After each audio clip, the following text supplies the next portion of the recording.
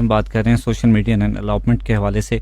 और अभी हमें स्टूडियो में ज्वाइन किया है मारिया नुसरत साहिबा ने, जो क्लिनिकल साइकोलॉजिस्ट हैं। मैं वेलकम करता हूँ इन्हें कि आप स्टूडियो में तशरीफ़ लाई। मैम बहुत शुक्रिया, आपने अपना कीमती वक्त दिया। जैसे आज का मौजू है हमारा, और हमारे पास एक ट्रायल केस है या बेस है जिसको हम 2000 केस कहते हैं। उस केस के हवाले से डिस्कशन अभी हम कर रहे थे, आपके आने से पहले भी डिस्कशन हो रही थी कि ऐसे 2 या 3 cases back to back same nature के होना किस टेंडेंसी को शो करता है। साइकोलॉजी के पॉइंट ऑफ व्यू से आप क्या समझती हैं कि क्या रुझान बच्चों की तरफ बढ़ रहा है? बिस्मिल्लाहिर्रहमानिर्रहीम। सबसे पहले तो अस्सलाम वालेकुम तमाम सुनने वालों को, और बहुत बहुत शुक्रिया आपका कि आपने इतने हसास मौजू पर बोलने के लिए मदऊ किया है। सबसे पहले अगर हम देखें कि आजकल ये रुझान ये बढ़ रहा है या फिर शुरू से ही मतलब इस तरह के वाक़यात जो हैं वो रोनुमा हो रहे हैं, ये हम नहीं कह सकते कि ये अभी शायद इनके अंदर इजाफा हुआ है। ये तो सिलसिला चलता ही आ रहा है, लेकिन शायद हमारी नज़र में थोड़ा सा ये अब ज़्यादा आया है। अगर हम देखें कि छोटी उम्र की बच्चियां ये एकदम से नज़र आ रही हैं कि छोटी उम्र की बच्चियां जो है वो इस तरह के केसेस में नज़र आ रही हैं, तो मेरा ख़्याल है कि कहीं ना कहीं कोई थोड़ी बहुत जो है वो गलतियां हो रही हैं या फिर कोई गुंजाइश बच रही है जिसकी वजह से इस तरह के वाक़यात की जो है वो गुंजाइश निकल रही है। लेकिन दोनों तरफ से जो है वो हक़ाइक़ जो है वो जांच पड़ताल करने की ज़रूरत है। जब तक असल हक़ाइक़ सामने नहीं आ जाते, असल जो है एविडेंसेस वो पता नहीं चल जाते, तब तक तो ये क़ब्ल वक्त है कहना कि किसकी गलती है और कहाँ पर जो है वो कमी आ रही है। सिर्फ इतना कहूँगी कि दोनों जो अतराफ़ हैं जैसे कि वालिदैन और औलाद, दोनों को अपने अपने फ़राइज़ और अपने अपने हकूक़ के ऊपर नज़रसानी करने की ज़रूरत है। वालिदैन को भी देखने की ज़रूरत है कि आया वो भी अपने फ़राइज़ सही से अंजाम दे पा रहे हैं या नहीं, और औलाद जो उनको करना चाहिए, जो नहीं करना चाहिए, जो उनके लिए डूज़ एंड डोंट्स होते हैं, वो सब पर अमल पैरा हो रहे हैं या नहीं। बिल्कुल सही। एक कॉलर हमारे साथ मौजूद हैं, इनको शामिल करते हैं। अस्सलाम वालेकुम। वालेकुम सलाम जी, कौन कहाँ से बात करेंगे? सर, मैं इस्लामाबाद से बात कर रहा हूँ। जी जी, बताइए क्या नाम है आपका? सर समीउल्लाह। जी, समीउल्लाह। समीउल्लाह, क्या कहना चाहेंगे? सर आपका प्रोग्राम बहुत अच्छा है। बहुत शुक्रिया।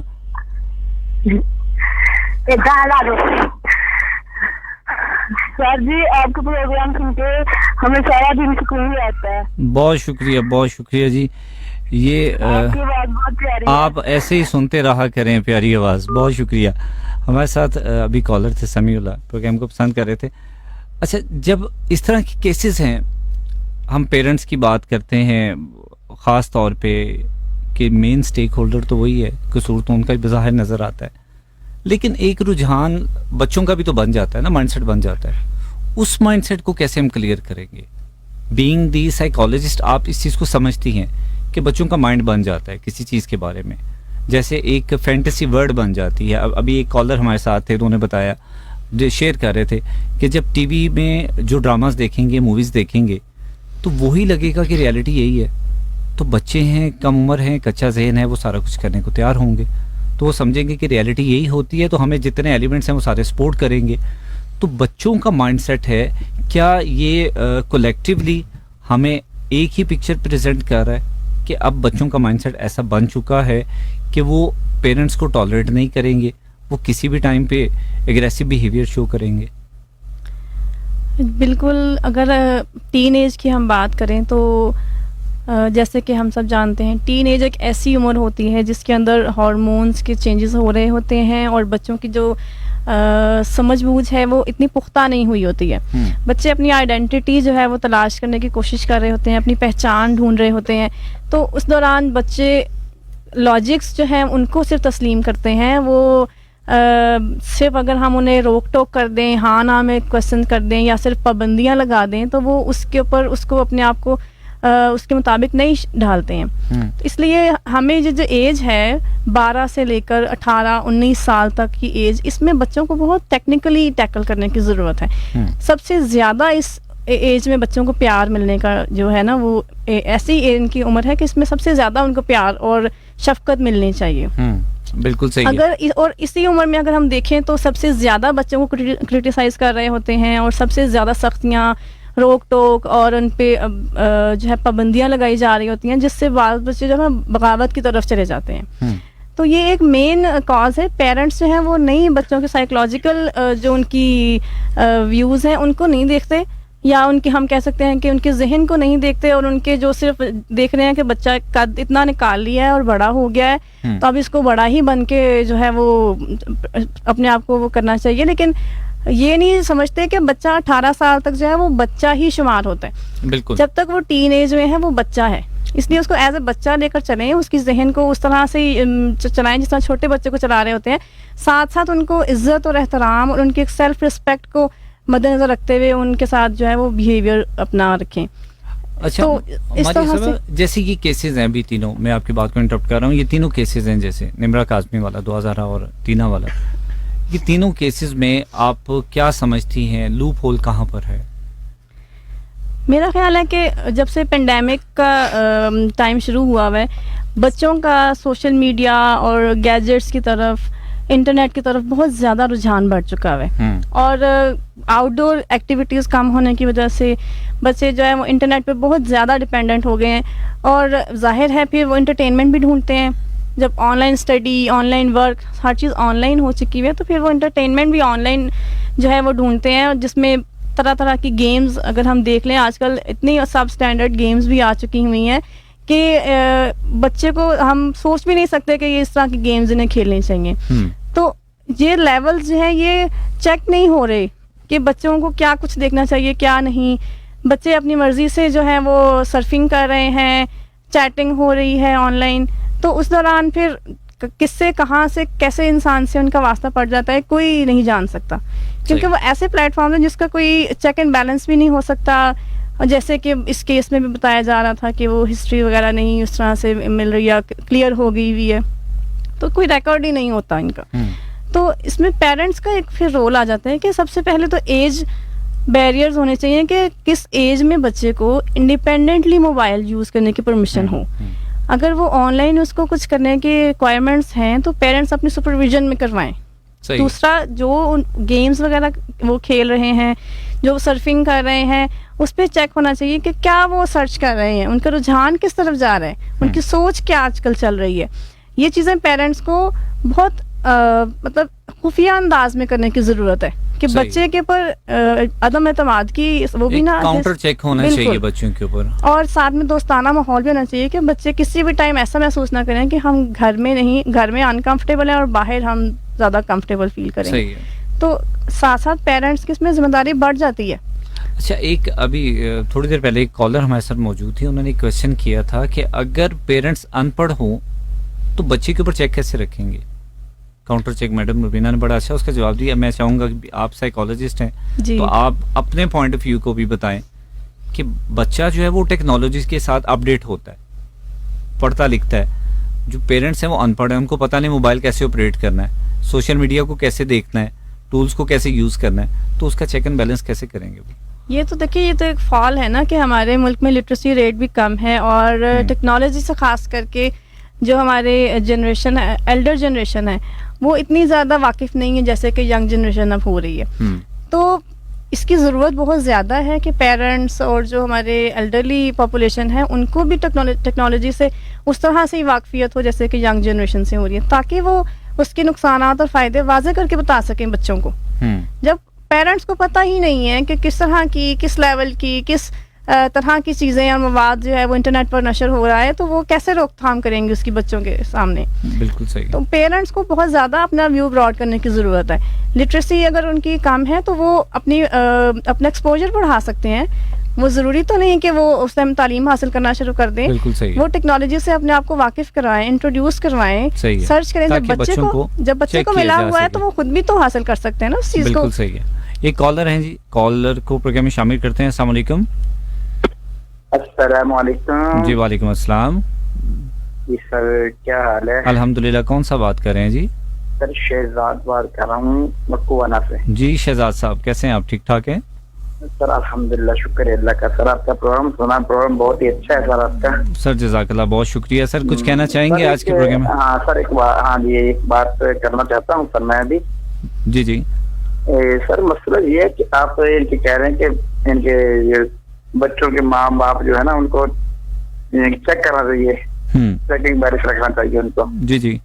तो सर ये तो आपकी बात ठीक है, लेकिन जो माँ बाप पढ़े लिखे नहीं है, उनको पता ही नहीं कि हमारा बच्चा मोबाइल किस तरह चला रहा है, किस तरह यूज कर रहा है, क्या कर रहा है, तो उनका क्या, उनके हवाले से आप क्या कहें? सर ये उसी चीज का अभी डॉक्टर साहब जवाब दे रही थी कि जो पेरेंट्स पढ़े लिखे नहीं हैं तो वो किस तरह से बच्चे को चेक एंड बैलेंस कर सकते हैं। जी जी, तो हाँ। उसी का जवाब अभी उनको पता ही नहीं, उनको पता ही नहीं है ना कि बच्चा हमारा क्या देख रहा है, क्या कर रहा है, क्या नहीं कर रहा है। वो जो कहता है वो कहते हैं ये बस ठीक है। सही है, बिल्कुल सही है। हाँ, तो इसके हवाले सर उसके बारे में यही जवाब उन्होंने दिया है कि अपने आप को थोड़ा सा लिंक करना चाहिए चीजों के साथ। जरूरी तो नहीं है कि पेरेंट्स इस उम्र में पढ़ेंगे या सीखेंगे, लेकिन थोड़ा सा लिंक रखेंगे उन चीजों के साथ कि बच्चा जो टेक्नोलॉजी को यूज कर रहा है, आते जाते देखें वो किस तरह से उसको यूज कर रहा है। बस वो बच्चा जिस तरह बताता है ना कि मैं ये पढ़ रहा हूँ, वो कहते हैं बस इसी तरह ही है। बिल्कुल सही है, बिल्कुल सही है। उनको पता नहीं चलता कि क्या कर रहा है बच्चा, क्या नहीं कर रहा जी। तो जिस तरह बच्चा कहता है वो कहते हैं बिल्कुल हमारा बच्चा इसी तरह कर रहा है, हमारा बच्चा पढ़ रहा है, ये कर रहा है, वो कर रहा है, उनको पता ही नहीं चलता। जी ठीक है, ठीक है सर, मैं इसका जवाब लेता हूँ जी। बहुत शुक्रिया सर, थैंक यू, अल्लाह हाफिज। मैम ये वही बात है जिसका भी आप आंसर कर रही थी। और अमूमन ये होता है कि जब बच्चा टीन एज में होता है, ख़ास तौर पे 16-17 ईयर्स में या 15 ईयर्स के बाद, वो अपने डिसीजंस में अपने आप को बहुत ज़्यादा इंडिपेंडेंट फील कर रहा होता है। उसको लग रहा होता है कि अब मैं अपने फैसलों में आज़ाद हूँ, मैं पेरेंट्स को कुछ भी बताऊँगा। और वो जैसे मैडम इरम से हमारी बात हो रही थी तो वो यही कह रही थी कि जब बच्चा इस स्टेज पे जाता है तो वो ओपनली झूठ बोलना शुरू कर देता है। उसको पता होता है कि मैंने अपने आप को डिफेंड कैसे करना है। जब बच्चे ने डिफेंड करना है अपने आप को, उसको सेफ साइड मिल जाएगी, कॉर्नर मिल जाएगा, तो फिर तो वो कुछ भी बोलेगा, मैं ये कर रहा था, हमें मानना पड़ेगा। देखिए इसके लिए बच्चे के साथ थोड़ी सी बॉन्डिंग स्ट्रॉन्ग करने की ज़रूरत है। जैसे कि मैंने पहले कहा, इस एज में बच्चे के साथ ज़्यादा फ्रेंडली आपका बिहेवियर होना चाहिए। बच्चे को हेजिटेट ही नहीं करना चाहिए कि मैं अगर कुछ ऐसी वैसी बात शेयर करूंगा तो आगे से बहुत ज़्यादा एक्सट्रीम रिस्पॉन्स मुझे देखने को मिलेगा। बच्चे के साथ थोड़ा सा लीनियंट होकर उसके एज लेवल के मुताबिक, उसकी मेंटालिटी के मुताबिक आप उससे बातचीत करें, उसके इंटरेस्ट के मुताबिक बातचीत करें, ताकि बच्चा जो है वो आपको बताते वक्त झिझके नहीं, शर्माए नहीं कि अगर मैं कुछ ऐसी बात कर दूंगा तो ये आगे से नापसंद आ जाएगी और मुझे फिर डांट डपट का सिलसिला शुरू हो जाएगा। तो थोड़ा सा पेरेंट्स को टॉलरेंस लेवल बढ़ाकर बच्चे के इंटरेस्ट को ज़्यादा डिस्कस करना चाहिए, ताकि बच्चे की वो सोच का रुझान पता चल जाता है कि बच्चा किस तरह से, किस वे में सोचना शुरू कर रहा है। उसका नया जो एक शख्सियत है वो उजागर हो रही है, वो किस रंग में उजागर हो रही है। तो बच्चे से ज़्यादा गुफ्तगू करें, ज़्यादा से ज़्यादा टाइम गुजारें, और उस पर सबसे ज़्यादा ये है कि ट्रस्ट अपना ऐसा शो करें कि हमें आपके ऊपर बहुत ट्रस्ट है। बच्चे को कभी भी ऐसा फील ना कराएं कि जी तुम तो हमारा नाम ही डुबोगे। ये जो कलमात होते हैं ना कि तुम तो कुछ करोगे ही ऐसा कि हमें बदनाम करोगे, जितने देंगे वो बच्चे का माइंडसेट भी उतना ही ज्यादा नेगेटिव करना शुरू कर देते हैं। बिल्कुल, बच्चे को हमेशा इस तरह के कलमात से आप मुखातिब करें कि बच्चे को कुछ भी काम, कुछ भी ऐसी हरकत करने से पहले ये जहन में ज़रूर आए कि मेरे पेरेंट्स का मेरे बारे में क्या व्यू पॉइंट है, वो मुझे किस तरह से समझते हैं, और मैं उनकी आया एक्सपेक्टेशंस पर पूरा उतरूंगा या फिर मैं उन्हें डिसअपॉइंट करूंगा। तो ऑब्वियसली बच्चे भी कोशिश भी करते हैं कि हम अपने पेरेंट्स को डिसअपॉइंट ना करें। तो यहाँ पर पेरेंट्स को बहुत ज़्यादा लीनियंट और टेक्निकली, मेरा ख्याल है कि टेक्निकली ज़्यादा हैंडल करने की ज़रूरत है। बिल्कुल सही। कॉलर्स आते हैं, उनको शामिल करते हैं। अस्सलाम वालेकुम। जी वालेकुम सलाम जी, मुजम्मिल बात कर रहा हूँ फैसलाबाद। जी मुजम्मिल साहब, सर कैसे हैं आप? ठीक ठाक हैं जी, अल्लाह का शुक्र अल्हम्दुलिल्लाह, माशाल्लाह। ये आपका प्रोग्राम बहुत अच्छा है सर, बहुत शुक्रिया। और एक बड़ा बर्निंग इशू है जी जी जो आप डिस्कस कर रहे हैं, और इसमें जो है, जो मेरे भी माशाल्लाह 4 बेटियां और 2 बेटे माशाल्लाह टीनेज में भी हैं और छोटे भी हैं। सही। इसमें ये है कि वालिदैन को बच्चे ने 16 घंटे घर रहना होता है और 8 घंटे उसने स्कूल में रहना होता है मिनिमम मैक्सिमम ना। तो इसलिए उसकी इन्वॉल्वमेंट जो है वालिदैन की जो है या बहन भाइयों के आपस में इंटरलिंकेज जितना मजबूत होना चाहिए, तो हर बात शेयर करें और उसमें झिझक ना हो। दूसरे नंबर पे फिजिकल एक्टिविटीज जो है ना, वो दिन में लाजमी होने चाहिए। बिल्कुल सही। और तीसरे नंबर पे पेरेंट्स की अपनी इन्वॉल्वमेंट है वो बहुत ज्यादा है, खास तौर पे वालिद साहब। वालदा तो क्योंकि वालदा का बिहेवियर जो है वो नरम, वो तबीयत भी नरम होती है और वो उस तरह एक्सप्लेन भी नहीं कर सकती वो उसको जो है, लेकिन उनका आपस में कोऑर्डिनेशन इतना मजबूत होना चाहिए वालिदैन का कि भी वो अगर लड़कियों में और लड़कों में अगर कोई चेंजेस आ रही है तो घर में चूंकि ज्यादा प्रेजेंस जो है वो वालदा की होती है, लेकिन वो ये है कि वो पाए ना बात को ना हाइड ना करें। बिल्कुल सही। तो उसमें ये है कि ये म्यूचुअल अंडरस्टैंडिंग और जो है कोऑपरेशन के साथ साथ है ना, ये नहीं होना चाहिए कि आप इंतकाम ले रहे हैं या इस तरह का। बिल्कुल सही। नहीं, बहुत खूबसूरत बात कही आपने कि फिजिकल एक्टिविटीज देनी चाहिए। लेकिन सर एक और चीज़ भी है, हमारी सोसाइटी में अब जिस तरह का माहौल चल रहा है तो हम तो ऑलरेडी बहुत सारी चीज़ों से खौफजदा होते हैं। हम डरते हुए बच्चों को बाहर नहीं भेजते, चार दीवारी तक महदूद कर देते हैं, टेक्नोलॉजी उसको वहीं पे अवेलेबल कर देते हैं, जिसकी वजह से हमें लगता है कि शायद यहाँ से भी खराबी आती है। देखिए सर, उसमें ना सेक्रीफाई करना पड़ता है। डर जो है ना, वो डर का इलाज जो है डर नहीं है। बिल्कुल सही। उसको आप फेस करें और उसमें कॉन्फिडेंस, जितना बच्चों में कॉन्फिडेंस ज्यादा बिल्डअप होगा। बस मैं बच्चों को एक महीने में बाहर एक दफा खाने के लिए बाहर लेके जाता हूँ। बिल्कुल जब ये कि भाई उन मुख्तलिफ मसलन अट्टा होटलों में भी लेके जाता हूँ और अच्छे होटलों में भी लेके जाता हूँ। बिल्कुल सही। ताकि उनमें कॉन्फिडेंस जो है ना वो बिल्डअप हो और उनकी एक्टिविटीज जो है, मसलन उनके इन्वॉल्वमेंट है। मसलन छोटा बेटा है मेरा, वो क्रिकेट खेलने का शौकीन है, तो एक संडे जो है हमारी कोशिश होती है बाहर को इस तरह की एक्टिविटी हो कि जिसमें वो गेम्स में इन्वॉल्व हो, फिजिकल गेम्स। सही है। सारे बहन भाई। बिल्कुल सही है।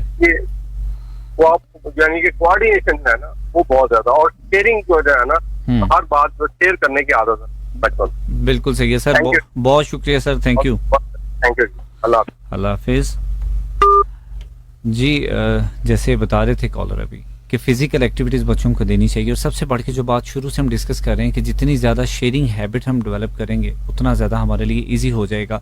मैं आता हूँ मैडम रुबीना आपकी तरफ जी। कि जैसे आप एनवायरनमेंट की हम बात करते हैं, फिजिकल एनवायरनमेंट की बात करते हैं, जैसे ये अभी साहब बता रहे थे कि हमें डरना नहीं चाहिए, डर के बदले में डर नहीं आना चाहिए, हमें जो है वो इस चीज़ से बाहर निकलना चाहिए।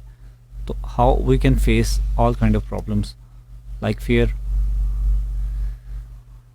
इसमें देखें, अगर वालिदैन जो हैं पहले वो उसको ओवरकम करेंगे ना एक फेयर को, तो वो अपने बच्चों की भी उसी हिसाब से तरबियत करेंगे और आइंदा उनके बच्चे भी खौफ से खौफजदा नहीं होंगे, खौफ से नहीं भागेंगे, वो उसका सामना करेंगे। और वो ये वालिदैन को समझने की ज़रूरत है। रोल ऑफ इंस्टीट्यूशंस को कैसे समझती है ना, उसके बच्चे में क्या तब्दीली आ रही है। एक बच्चा जो एक एक्टिव था क्लास में वो पैसिव हो रहा है, या उसके अंदर उसके रवैये में तब्दीलियां आ रही हैं। छोटी छोटी मामूली तब्दीलियां भी जो हैं वो वालिदैन के साथ शेयर करनी चाहिए। जिस तरह मुजम्मिल साहब कह रहे थे कि वालिदा अगर घर में मौजूद है और वो उसके अंदर आने वाला हर चेंज नोट कर रही है, तो सिमिलर अगर हम उसी चीज को रखें तो हमारा टीचर भी नोट कर रहा है। बिल्कुल कर रहा है। और उसके बाद फिर दोबारा बच्चा घर में ही आ रहा है, और जिस तरह मुजम्मिल साहब बता रहे हैं कि वो अपने बच्चे के साथ जाकर क्रिकेट खेलते हैं या उनको आउटडोर एक्टिविटीज के लिए लेके जाते हैं, तो इसका मतलब है अगर किसी बच्चे में तब्दीली आएगी तो वालिद की नजर में भी आएगी। बिल्कुल तो अगर हम बच्चों के साथ वक्त गुजारेंगे, बच्चों को टाइम देंगे, बच्चों को निगलेक्ट से बचाएंगे, तो उनके अंदर आने वाली तब्दीलियां हमें नजर आएंगी और हम उनको बहुत सारी प्रॉब्लम से जो है वो इलाज से बेहतर है। बिल्कुल सही है। साजिदा ज़हूर साहिबा हमारे साथ मौजूद हैं, कहती हैं जी आपका शो बहुत अच्छा है, बहुत कुछ नया सीखने को मिलता है, बहुत शुक्रिया आपका। इसी तरह आप फीडबैक देते रहें ताकि इसको मज़ीद बेहतर से बेहतर बनाते रहें। आप हमारे साथ रब्ता कर रहे हैं, हमारे रब्ते के नंबर 033419669666 पर। अभी यहाँ पर एक ब्रेक ले रहे हैं, ब्रेक से वापस आएंगे और जैसे दुआ ज़हरा केस है, इस केस के हवाले से और इस तरह के दीगर केसेस के हवाले से जो कानूनी पहलू हैं उनके ऊपर भी बात करेंगे। हमारे साथ रहिएगा, मिलते हैं ब्रेक के बाद। And I'm so happy to collaborate more closely with the Best Future.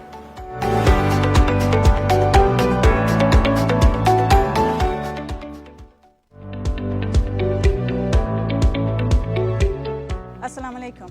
My name is Dr. Hira Zafar and I've been appointed as clinical demonstrator at the Department of Rehabilitation Sciences at Medina Teaching Hospital. I respect the Placement Bureau team for providing me with such an amazing opportunity to learn and explore the essentialities of developing my professional life. In my productive journey over here, I'll be looking forward to hone my skills, networking, and learning along with my personal development as well.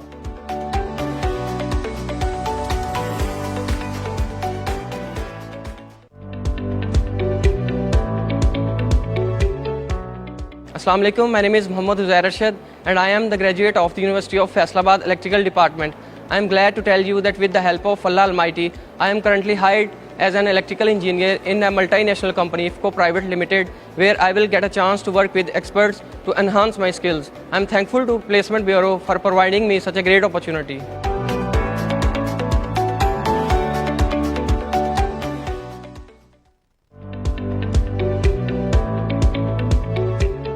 Assalamu alaikum. This is Dr. Maneeb Jafar. Currently, I am working as a clinical mentor at the Rehabilitation Clinic of University of Faisalabad. I pay gratitude to the sincere contributions of the Placement Bureau, which provided me with this great opportunity to achieve whatever I want in my professional career. This opportunity opens the door for fulfilling my dreams ahead in my career. I am learning how to take the new challenges, stretching goals for myself with the sense of dedication.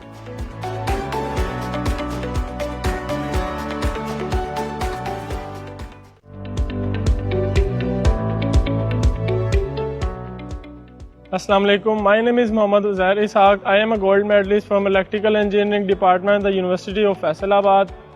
I am currently employed as an electrical engineer in multinational company by the help of Placement Bureau of the University of Faisalabad. Placement Bureau has helped me to make contacts and particularly implement my knowledge.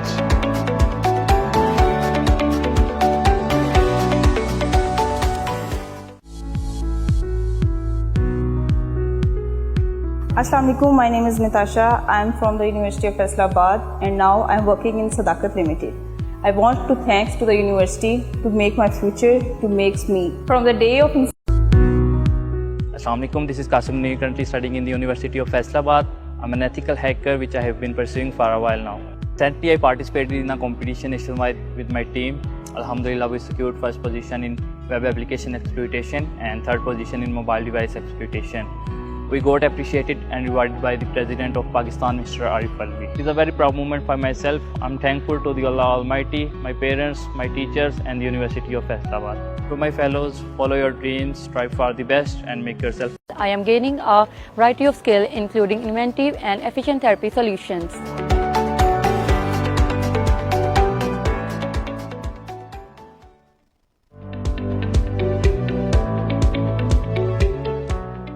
Assalamualaikum, myself Dr. Asmin Yakat. I am currently working here as an expert clinical demonstrator at Medina Teaching Hospital, where I have been provided an opportunity to utilize my clinical skills.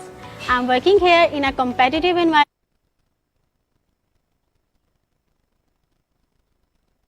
Media के ऊपर highlight हुए दुआ Zahra case, Nimra Kazmi और दीना case, इन तीनों cases के ऊपर आज discussion करें। ख़ास तौर पे दुआ ज़हरा केस जो है, चूँकि वो अभी भी मीडिया के ऊपर हाइप क्रिएट किए हुए है और कोई सलूशन उसका सामने नहीं आ रहा है, और इस हवाले से कानूनी नुक्ता नज़र को जानना भी ज़रूरी समझ रहे हैं, और उस हवाले से हम कोशिश कर रहे हैं कि आज आपकी बात करवाएँ। जो एडवोकेट हाई कोर्ट है मियां मंसूर साहब, उनको हमने लाइन पर लिया, उनसे जाने कि इस केस के क्या क्या पहलू बज़ाहिर तौर पे दिखाई देते हैं और इसका जो फर्दर है, जो एंड है, वो क्या रिजॉल्व नहीं हुआ, चूँकि पेरेंट्स जो हैं वो अभी भी प्रूफ अपने हाथ में लिए हुए हैं कि बच्ची का जो है बर्थ सर्टिफिकेट है या बेफॉर्म है, फिर उसका पासपोर्ट है, उसके मुताबिक बच्ची की एज कम है। क्या समझते हैं कानूनी पहलू इस सारे केस में क्या दिखाई देते हैं आपको? जी, मैंने जी इस पे स्टडी किया है। दो बातें इसमें बड़ी क्लियरली आपको मैं पॉइंट आउट करूंगा। एक चिल्ड्रन प्रोटेक्शन एक्ट है जी, उसके मुताबिक 16 फेडरल शरीयत कोर्ट का भी एक जजमेंट आ चुकी है जो यही कहती है कि जो बच्ची है वो 16 साल की एज में मेजर हो जाती है, यानी कि वो अपनी खुद अपनी नुमाइंदगी कर सकती है मदर अपने पेरेंट्स के अलावा। सही है, बिल्कुल सही है। हाँ जी। तो अब ये जो मामला जो अब कोर्ट्स में चला गया है, वालिदैन के पास कुछ डॉक्यूमेंट्स हैं, तो ये अब कोर्ट्स ने फैसला करना है कि क्या and which document is to be relied upon. तो इसलिए ये अब अदालतों में जब केस बेल के अलावा चलेगा तो वहाँ डिसीजन लिया जा सकेगा। सही है सर। जो इस सारे केस में जो पेरेंट्स एक चीज बार बार कह रहे हैं कि बच्ची की एज कम है, और अगर ये सही साबित हो जाता है कि कम उम्र बच्ची है और ये ज़हीर अहमद जिसके साथ बताया जा रहा है कि उसने शादी की है बेस पे किया और वो जो निकाह है उसको वॉइड करार दे दिया जाएगा, और डेफिनेटली जब निकाह को वॉइड दे दिया जाए तो रिलेशनशिप जो है वो फिर जना की शक्ल में आ जाएगा। मगर आफ्टर द जो कोर्ट्स अपनी एक्सरसाइज कर लें, और इस वक्त जो आप एक इसको थोड़ा सा लार्जर व्यू से देखें, हमारी असल जो प्रॉब्लम्स, हर तरह की प्रॉब्लम्स सियासत में भी जो आ रही हैं और ये जो अब इस मैटर में भी जो आई हैं, ये कोर्ट्स की फैसले ना करने की वजह से कोर्ट मैटर्स को इतना लिंगर ऑन कर देती हैं कि आप देख लें कि पॉलिटिकल इश्यूज भी जो इस वक्त आ रहे हैं वो सिर्फ इसी वजह से आ रहे हैं कि कोर्ट से फैसले नहीं करती। अगर कोर्ट के वो डिले होने नहीं चाहिए जी, इसका एक टाइम फ्रेम बज़ाहिर सर कानूनी तौर पे कितना टाइम इसका डिसाइडेड है कि कोई भी ऐसा इस नौइयत का केस होगा, कितनी देर में उसको क्लियर किया जाएगा, उसका फैसला सुनाया जाएगा?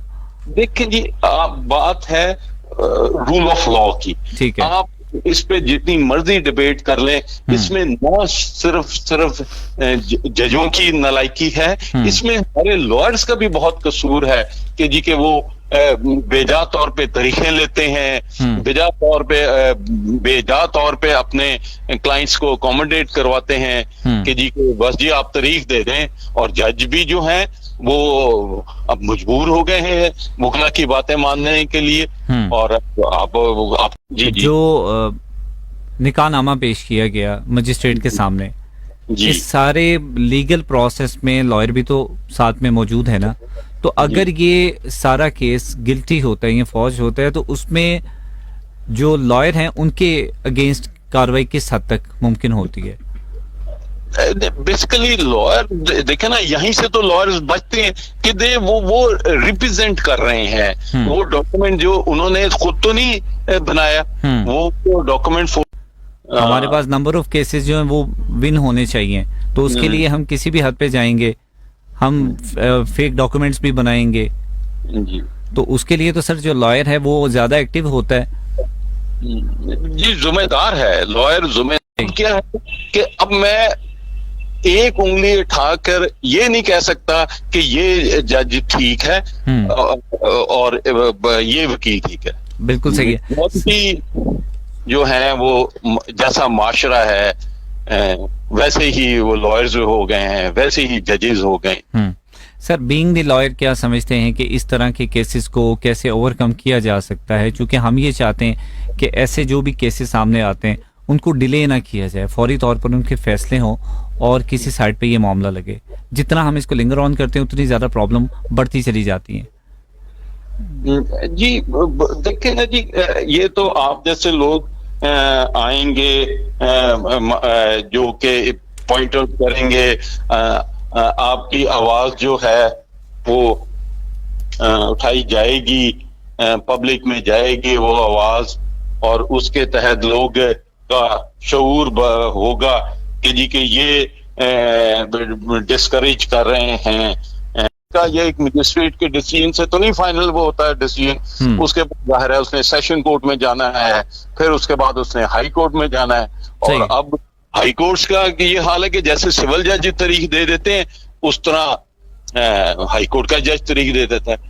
24 घंटे जो अदालतें काम करने का कहती हैं कि जी हम 24 घंटे के जज हैं, ये सुप्रीम कोर्ट के एक जज साहब ने, चीफ साहब ने कहा है, तो 24 घंटे में से बताए तो सही कि वो काम कितने घंटे करते हैं। लेकिन सर इस तरह के केसेस तो फिर डिले के डिले रह जाते हैं ना, वो तो किसी साइड पे नहीं लगते। बिल्कुल जी, डिले से क्या सिविल साल तक चलते हैं, करना है, मजिस्ट्रेट ने करना है, फिर सेशन में डिले करना है, फिर जजेस पे नहीं भुखलाने डिले करना है।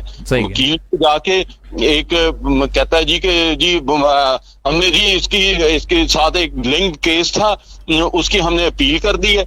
ये मॉडल टाउन का रिसेंटली ये तारीख थी और उसमें कहा गया कि जी हमने ये जो GIT नहीं बनी है उसको चैलेंज कर दिया हुआ, तो जज साहब ने फौरन आगे तारीख डाल दी। बिल्कुल ऐसे ही है सर।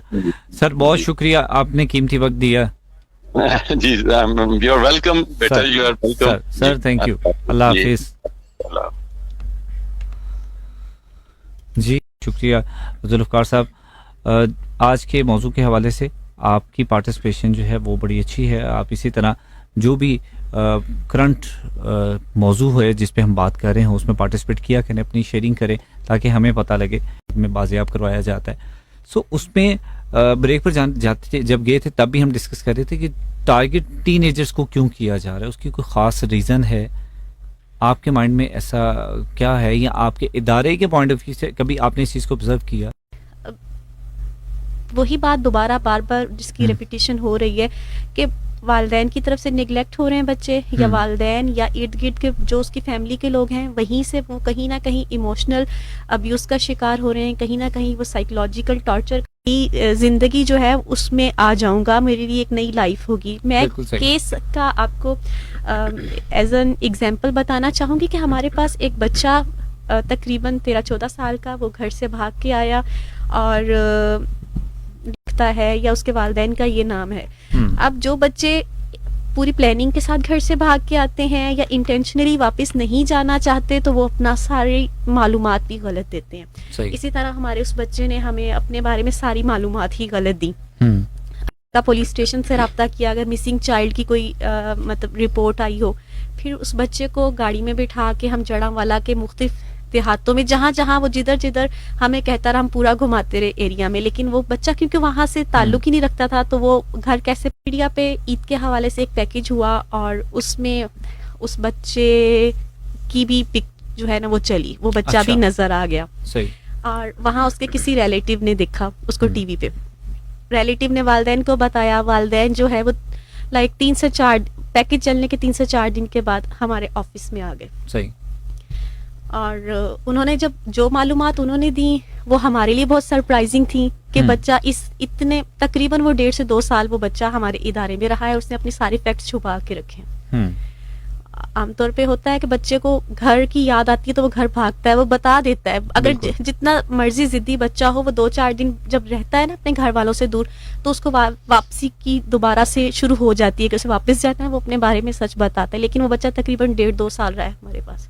अब बेसिक रीजन जो ये बताई उसके वालिदैन ने वो ये थी कि उन्होंने उसको भैंसों का काम करने पे लगाया हुआ था, लाइक वो देखभाल करवाते थे मवेशियों की, और वो बच्चा वो काम करना नहीं चाहता था और फिर वो वहां से भागा था। बिल्कुल सही। तो बात तो वही है, जो उसकी विल है उसके अगेंस्ट पेरेंट्स जा रहे हैं तो वो उसको करना नहीं चाह रहा। मैडम, टारगेट टू टीनेजर्स कोई खास माइंडसेट बनाने के लिए ही किया जाता है या इन बच्चों को ट्रैप करना आसान होता है? क्या इसके पीछे रीज़न समझती हैं आप? जैसे कि मैंने पहले भी कहा कि टीन एज ऐसी एज है जिसमें बच्चों की अभी शऊर पुख्ता नहीं हुआ होता, समझ बूझ कच्ची होती है, उन्हें पर वैल्यू मिले, हमारी बात को भी एक वर्थ मिले कि हम जो बात कर रहे हैं उसकी भी एक अपनी पहचान है या हमारी ज़ात की भी पहचान है, इसलिए हमें निगलेक्ट ना किया जाए। सही। तो लेकिन नहीं कह सकते कि ज़रूर ही इसके पीछे कुछ ऐसा होगा, लेकिन जब तक असल हक़ाइक़ सामने नहीं आते हम कुछ ऐसा कह नहीं सकते, लेकिन पॉसिबिलिटी तो होती है, पॉसिबिलिटी हो सकती है।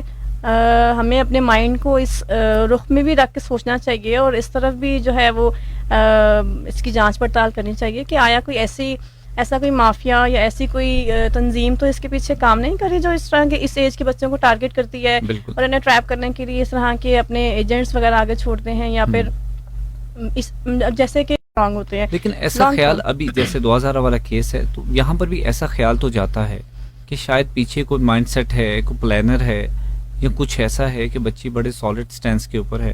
क्योंकि अभी तो कुछ नहीं कहा जा सकता, लेकिन इस सारे में क्या समझती हैं पेरेंट्स से गलती कहाँ पे हुई है? देखिए, गलती तो हुई है, इसको तो हम इग्नोर नहीं कर सकते, क्योंकि जैसे कि मंजर आम पर यही आया है कि जी गेमिंग के थ्रू उनकी चैटिंग स्टार्ट हुई और बातचीत, और बच्चे को, छोटी सी बच्ची यानी कि 13-14 साल की बच्ची है और उसे इंडिपेंडेंट टैबलेट दिया हुआ है और कोई चेक एंड बैलेंस नहीं है कि कौन सी गेम खेली जा रही है, कितना टाइम खेली जा रही है और किस किस के साथ खेली जा रही है। इवन पेरेंट्स को साथ बैठकर भी कभी चलो कोई गेम्स वगैरह खेलते हैं, पेरेंट्स को साथ इंटरेस्ट शेयर करने चाहिए, साथ बैठना चाहिए कि दिखाओ क्या खेल रहे हो आप, कैसे हैं, तो म्यूचुअल टॉक होनी चाहिए उस चीज़ के ऊपर। ये बात तो वही है, जैसे भी कॉलर हमें बता रहे थे कि पेरेंट्स को इतना इल्म नहीं है कि किस टाइप का मीडिया आ चुका है, उसको ऑपरेट कैसे करना है। बहुत सारी ऐसी गेम्स हैं जो लिटरली शायद हमें भी आइडिया नहीं है कि गेम्स के अंदर कॉलिंग सिस्टम मौजूद है, मैसेजिंग सिस्टम मौजूद है, तो आप आपस में कनेक्टेड भी हो जाते हैं, आप बातें भी करते हैं, लाइव कॉल्स पे आप डिस्कशन भी कर रहे हैं, तो वहीं से ये सारी प्रॉब्लम क्रिएट होना शुरू होती है। इस सिलसिले में मेरा ख्याल है स्टेट का भी एक रोल आता है जो कि बिल्कुल इसको हाईलाइट नहीं किया जा रहा कि किस तरह की गेम्स जो हैं वो अलाउ होनी चाहिए और गेमिंग में क्या क्या जो हम कहते हैं कि उसमें जो उसके अंदर है फीचर्स हैं वो किस किस हद तक जो है वो अलाउ होने चाहिए यूजर्स को।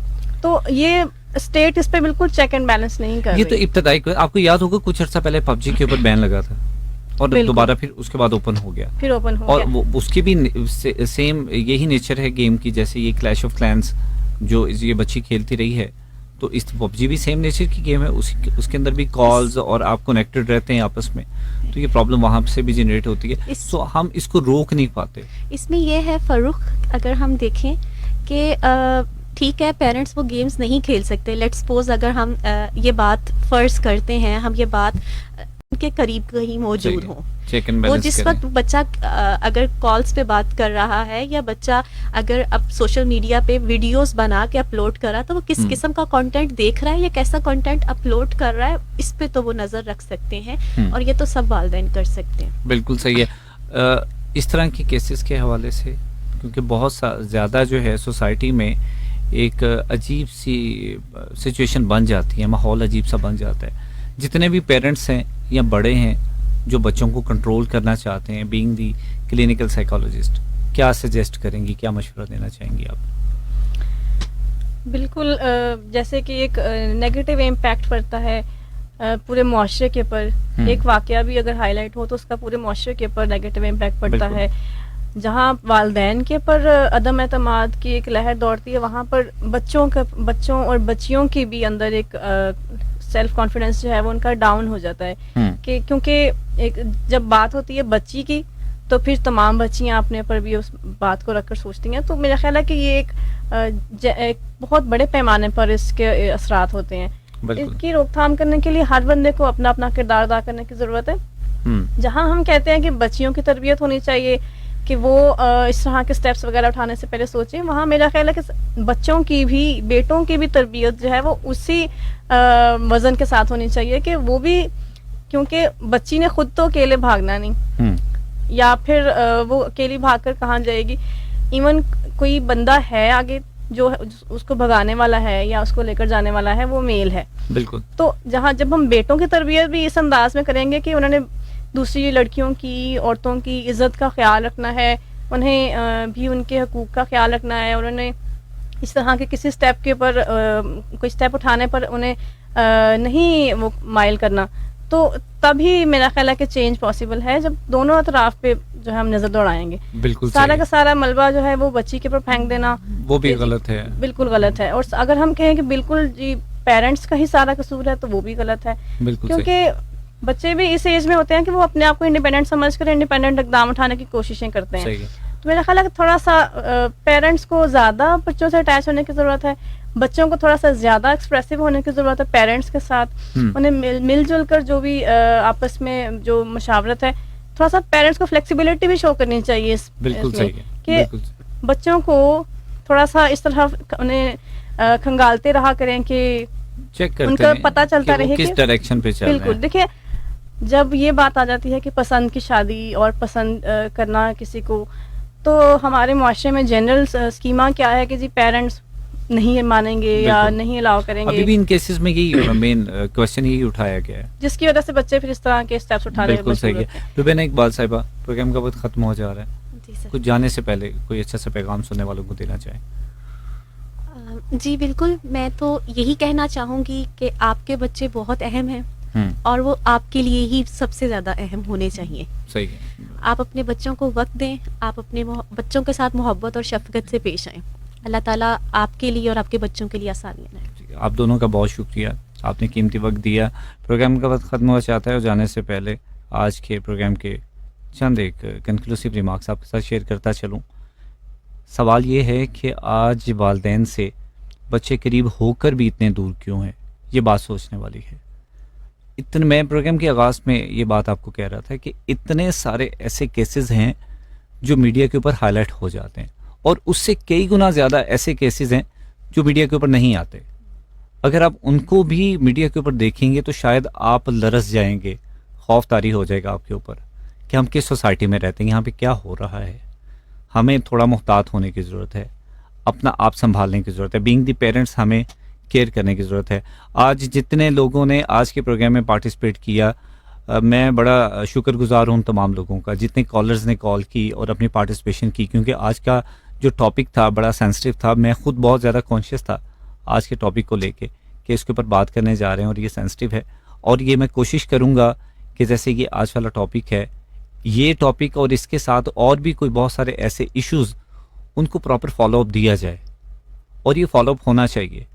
ये ना हो कि वक्ती तौर पे कोई भी टॉपिक या कोई इशू हाईलाइट होता है, कुछ अरसे के बाद वो एकदम मीडिया से गायब हो जाए और उसका पता ना लगे कि अब हुआ क्या है, ताकि आइंदा कोई भी पेरेंट्स हैं वो इस चीज़ को लेकर मुहतात हों कि उन्होंने अपने बच्चे की हिफाजत कैसे करनी है, उन्होंने केयर कैसी करनी है। बच्चों की केयर के हवाले से सिर्फ इतना कहूँगा, अपने बच्चों के साथ क्लोज लाइजन बनाएं, उनका राब्ता अपना राब्ता बच्चों के साथ स्ट्रॉन्ग करें, अपनी कम्युनिकेशन बेहतर बनाएं। बच्चों को अगर टेक्नोलॉजी देनी है तो उनको टेक्नोलॉजी को इस्तेमाल करने का साथ साथ तरीका भी सिखाएं। आप उनको लिमिटेशंस खुद बताएं कि बच्चे की क्या हद है, वो कहाँ तक उसको यूज़ कर सकेगा। इसी बात के साथ फ़ारूक शेख को करंट अफेयर से इजाज़त दीजिए। अगले हफ्ते किसी नए मेहमान के साथ, नए मौजू के साथ फिर आपकी खिदमत में हाजिर होंगे। तब तक के लिए अल्लाह ने के बाद।